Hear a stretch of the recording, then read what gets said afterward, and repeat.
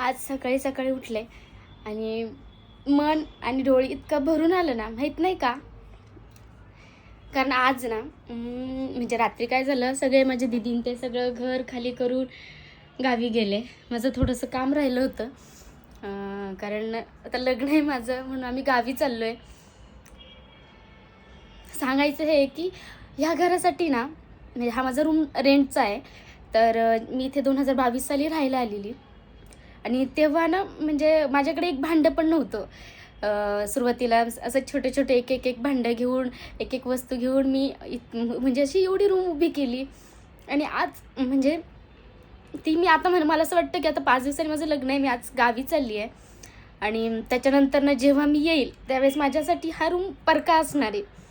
कारण की त्यावेळी म्हणजे ज्यावेळेस मी येईल त्यावेळेस माझा एवढा हक्क ह्या रूमवर नसणार आहे. माझ्या दीदीन त्या इथे असतील, पण ह्या वस्तू असेल ह्या सगळ्यांना मी माझ्या कष्टाने उभ्या केल्यात. म्हणजे एकटीच्या नाही, पण सगळ्यांच्या कष्टाने. पण माझी जास्त मेहनत होती, कारण की मी बघितला होता रेंटनी रूम.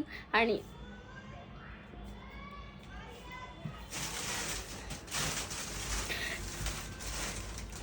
फक्त हेच नाही, फक्त मी फक्त रूमसाठी नाही केलं, किंवा फक्त मीच नाही केलं माझ्या रूमसाठी, तर माझ्या ह्या रूमने, माझ्या ह्या घराने माझ्यासाठी खूप काही दिलं आहे. कारण मी माझ्या आयुष्यातले सगळ्यात चांगले दिवस ह्याच घरात पाहिले. म्हणजे मला असं वाटतं की मी ज्या दिवशी इथे पाऊल ठेवलं ना, तो माझ्या आयुष्यातला सगळ्यात जे खराब दिवस चालू होतं त्यातला शेवटचा होता. कारण इथे आल्यापासून जे कधी स्वप्न पूर्ण पण म्हणजे मी बघितले होते, पण पूर्ण होईल की नाही हे मला कधी वाटलंही नव्हतं ना, ते सगळे स्वप्न पूर्ण केलेत. आणि बऱ्यापैकी तुम्हाला तर माहिती आहेत माझे बऱ्यापैकी स्वप्न पूर्ण झालेले आहे, अजूनही आहेत, जे की मी अजून सगळ्यांना पब्लिक केलेले नाही आहे. पण भरपूर काही दिलं ह्या घराने मला. माझी ही छोटीशी रूम खूप मोठी नाही आहे बरं का, अगदी छोटीशी आहे.